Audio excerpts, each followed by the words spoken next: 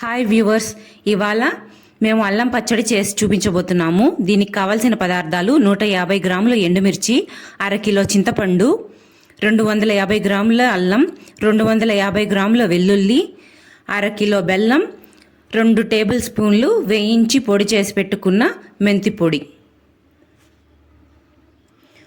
ముందుగా ఎండుమిర్చిలో ఒక గెరెట నూనె వేసుకొని వేయించి పొడి చేసి పెట్టుకోవాలి. చింతపండు కూడా ఒక అరగంట ముందు నీళ్ళల్లో వేసి నానబెట్టుకోవాలి. నీళ్లు మరీ ఎక్కువ పోసుకోకూడదు, కొద్దిగా పోసుకోవాలి.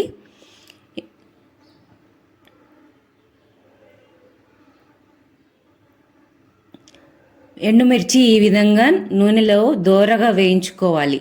మరీ ఎక్కువ వేయించుకుంటే మాడిపోతాయి. చూసుకుని దోరగా వేయించుకోవాలి. గింజలు చూడండి, ఈ విధంగా ఎర్రగా వచ్చే వరకు వేయించుకుంటే సరిపోతుంది. ఇప్పుడు వేయించుకున్న ఎండుమిర్చిని మిక్సీలో వేసి పౌడర్ చేసుకుంటున్నాము. మామూలుగా అయితే రోట్లో అయినా వేసి రుబ్బుకోవచ్చు, కానీ టైం వేస్ట్ పని. అదే మిక్సీలో పౌడర్ చేసేసుకుంటే బాగుంటుంది కదా, త్వరగా పని అయిపోతుందని చెప్పి మిక్సీలో పౌడర్ చేస్తున్నాము.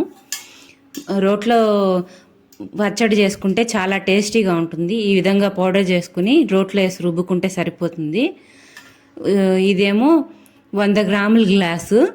దీంతో 2 గ్లాసులు పౌడర్, ఎండుమిర్చి పౌడరు 2 గ్లాసుల పౌడర్ వేసుకోవాలి.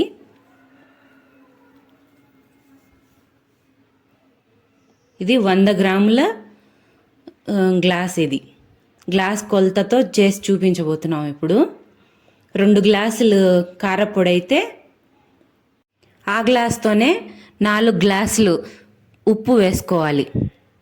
కొలతలు బాగా గమనించండి. 2 గ్లాసులు కారపొడికి 4 గ్లాసులు ఉప్పు వేస్తున్నాము. ఆ గ్లాస్ కొలత వచ్చి 100 గ్రాములు. ఇప్పుడు 2 టీ స్పూన్లు పసుపు వేసుకోవాలి. 250 గ్రాములు అల్లం నీట్గా చెక్కు తీసుకుని బాగా కడుక్కున్నాం కదా, అది రోట్లో వేసి దంచుతున్నాం. ఈ పచ్చడి మిక్సీలో కూడా వేసుకోవచ్చు, కానీ టేస్ట్ స్మెల్ డిఫరెంట్గా ఉంటుంది. అదే రోట్లో చేసింది అయితే టేస్ట్ చాలా బాగుంటుంది. కాబట్టి మాకు రోట్లో చేసిన పచ్చడే ఇష్టము. దానికోసము ఈ విధంగా అల్లం దంచుకున్న తర్వాత అల్లం బయటికి తీసి చింతపండు నీరు లేకుండా, నీరుతో వేయకూడదు, నీరు తీసేసి చింతపండు అంతా వేసుకోవాలి.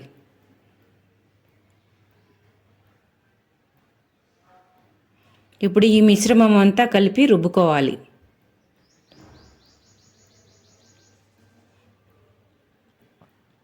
ఇలా మొత్తం అంతా రుబ్బుకున్న తర్వాత ఇది మిగిలిన చింతపండు నీళ్ళు ఉన్నాయి కదా, ఆ నీళ్లు సరిపోయిందా లేదా చూసుకుని ఆ నీళ్లు కూడా వేసుకుని రుబ్బుకోవాలి. నీళ్లు కొంచెం కొంచెం వేసుకుని రుబ్బుకుంటే అది బాగా మెత్తగా రుబ్బుకోవచ్చు.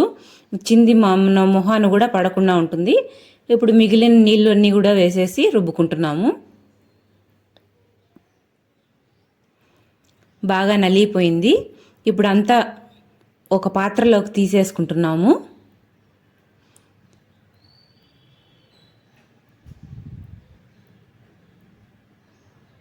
ఇప్పుడు బెల్లం, 1/2 కేజీ బెల్లం తీసుకున్నాం కదా, ఆ బెల్లం మొత్తం ఇలా రోట్లో వేసుకుని నల్లగొట్టుకోవాలి. పచ్చడితో పాటు కలిపి వేసుకొని నల్లగొట్టుకుంటే అది సరిగ్గా నలగదు.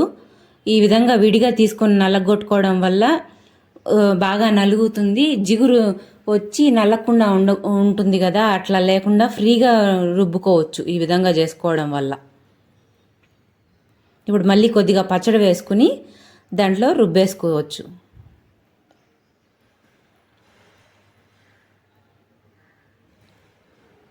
ఇది కూడా బాగా నలిగిపోయిన తర్వాత దీన్ని మిగిలిన పచ్చడంతా కూడా వేసేసి రుబ్బేసుకోవాలి.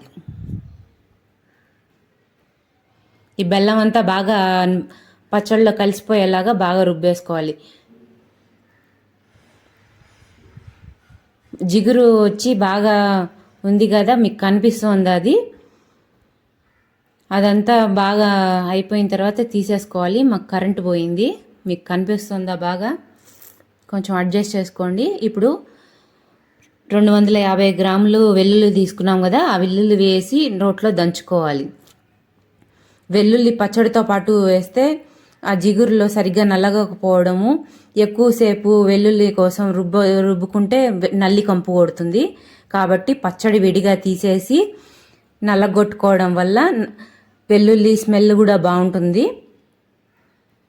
ఇలా వెల్లుల్లి కచ్చపచ్చగా దంచేసుకున్న తర్వాత మళ్ళీ పచ్చడిలో వేసి రుబ్బుకోవాలి.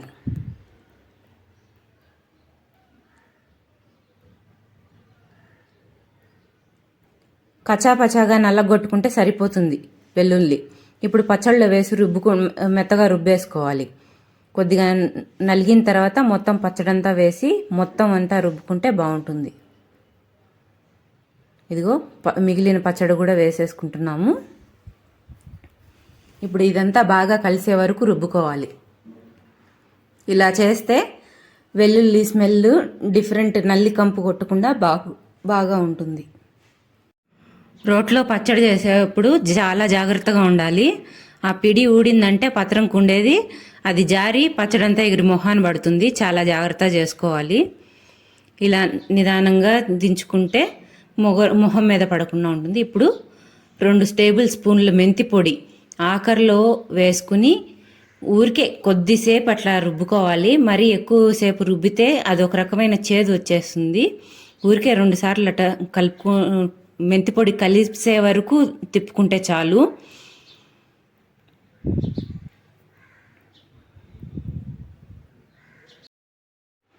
ఈ విధంగా చూపించినంతసేపు రుబ్బుకుంటే చాలు.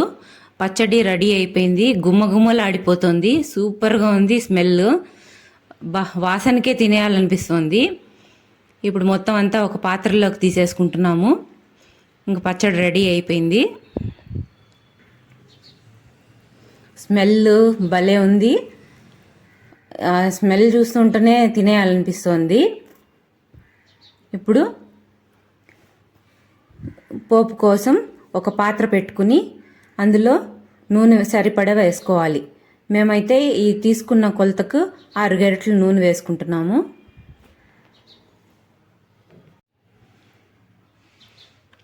ఇప్పుడు నూనె కాగిన తర్వాత ఎండుమిర్చి వేసుకోవాలి. ఆ తర్వాత వెల్లుల్లిపాయలు వేసుకోవాలి. ఆవాలు, ఉద్దిపప్పు, శనగపప్పు వేసుకోవాలి. అవి దోరగా వేయించుకున్న తర్వాత కరివేపాకు వేసుకోవాలి.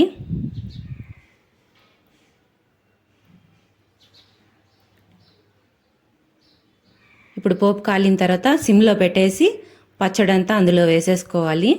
స్టవ్ సిమ్లో ఉంచుకోవాలి, హైలో ఉంచకూడదు. పచ్చడి బాగా కలుపుకోవాలి. ఇప్పుడు స్టవ్ ఆఫ్ చేసుకుంటే సరిపోతుంది. పచ్చడి రెడీ అయిపోయినట్లే.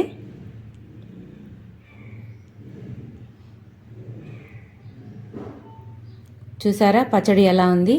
కామెంట్ చేయండి, లైక్ చేయండి, షేర్ చేయండి. చూస్తున్నది కొత్త వాళ్ళైతే సబ్స్క్రైబ్ చేసుకోండి.